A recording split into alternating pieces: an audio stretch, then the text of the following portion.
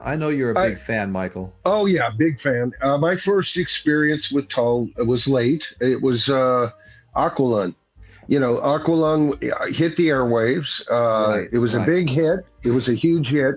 Everybody, all the stations were covering it. FM, AM. Good Lord, you couldn't walk away from Aqualung. Right. So I got the album. I fell in love with the cover. I loved the way it opened up, and his wife's words were there in the beginning. God,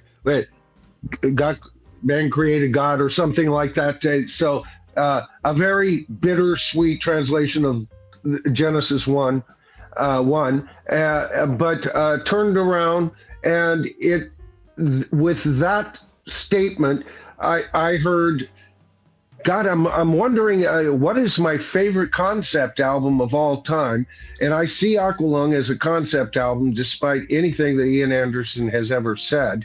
Okay. Because you see on side 1 the monster Aqualung, side 2 is an exploration of his youth.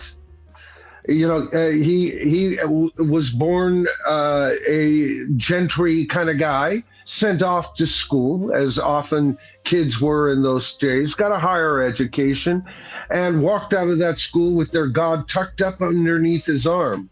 And then things got out of control, and Charlie stole the handle, and the damn train won't slow down. The whole thing's a concept album, so I became an immediate fan.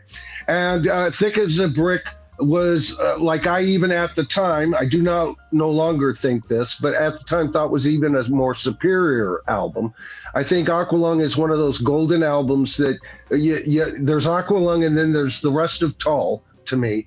And there's some mighty fine, I'm talking top-notch classic albums, right?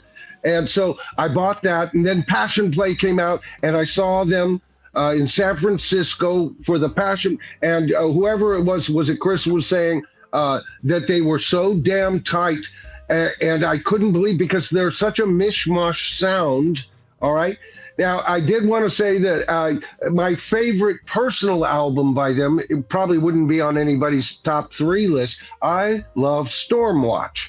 Okay, and again, a concept comes to mind, especially with that wonderful cover and everything. But Heavy Horses, what do you pick between Heavy Horses and Animals by Pink Floyd? It's the same trip.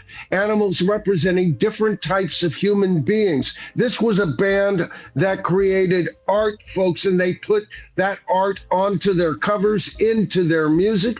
I listened to their first album today, Royce. That was my latest acquisition out of the 3 that I own right now.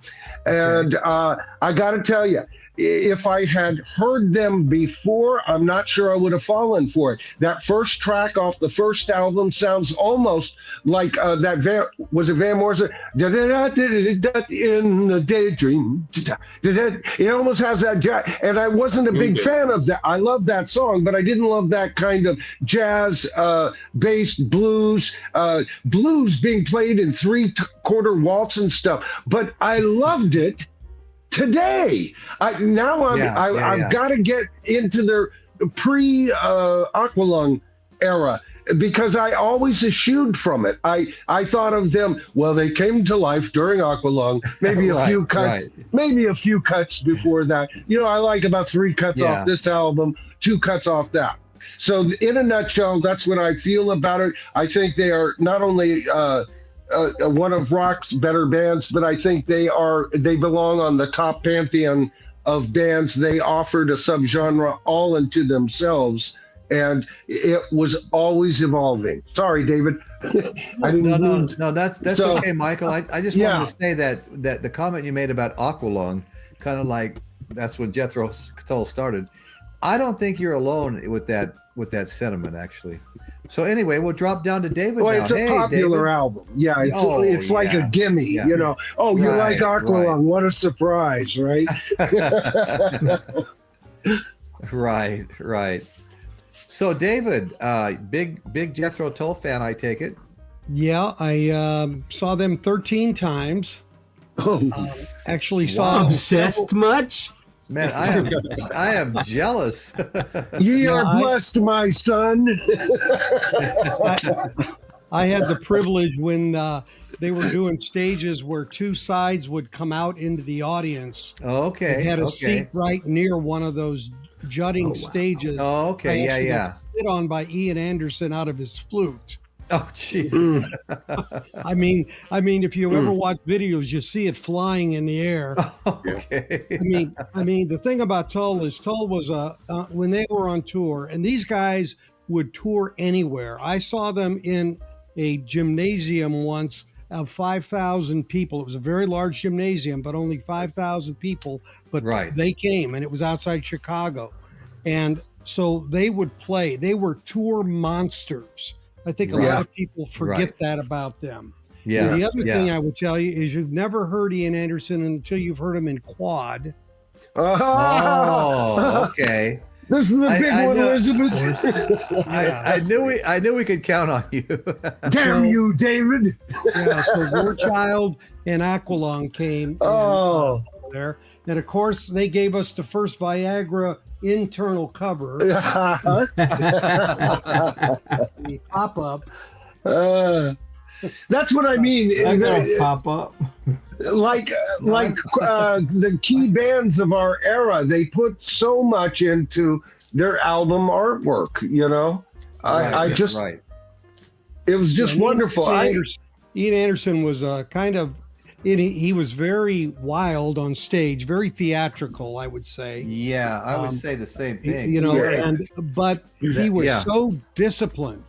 And I mean, he would get into those talking through his flute routines. He would go back and forth and back and forth and back and forth. And I can tell you from somebody who saw him multiple nights in a row, he was different every night. The night I saw him, you could see the spittle coming off his face. Exactly. You know? I mean, it was down and dirty freaking rock and roll, and yet it was progressive, yet not quite progressive, but it was something, you know? I mean, this is a band that got recognized as a top heavy metal band over Metallica. But you got to wonder if the record executives ever said, well, which one's Jethro? Well, yeah, I know. It's like Pink Floyd. And you mentioned, Michael, that Jethro Tull didn't even show up to the award show because they figured it was locked up by Metallica.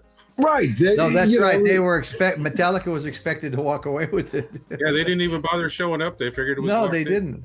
Yeah. Another excellent example of how well we can trust the music industry. You know. Oh, I got a Jethro Tull, #1 metal band of all time. You know. I mean. Now that doesn't cut Jethro Tull down. They could be downright heavy, hinging on almost a metallic sound, especially with Martin's guitar grinds. You know, I miss him. You know, even though I'm a fan of the last album they did. I didn't like the one before, Rock Float. I gave it a good review on my channel, the two pre-releases are sounding good. It's kind of a slow warm-up for me. So nothing that sparkled my attention, but I was ill when I heard them. So, but I still enjoyed them. It was just nothing that grabbed me. Yeah. Right. But the man as Jethro Tull, because really he's the only Jethro Tull left. So it's one of those things. It's more of an Ian Anderson. So under the guise of Jethro Tull, even though he was kind of head honcho pretty much throughout. He was head honcho for sure. Yeah, and it's one of those bands you almost give, special dispensation to because they always change their members. I mean, this first album didn't have Martin Barr that I was listening to today.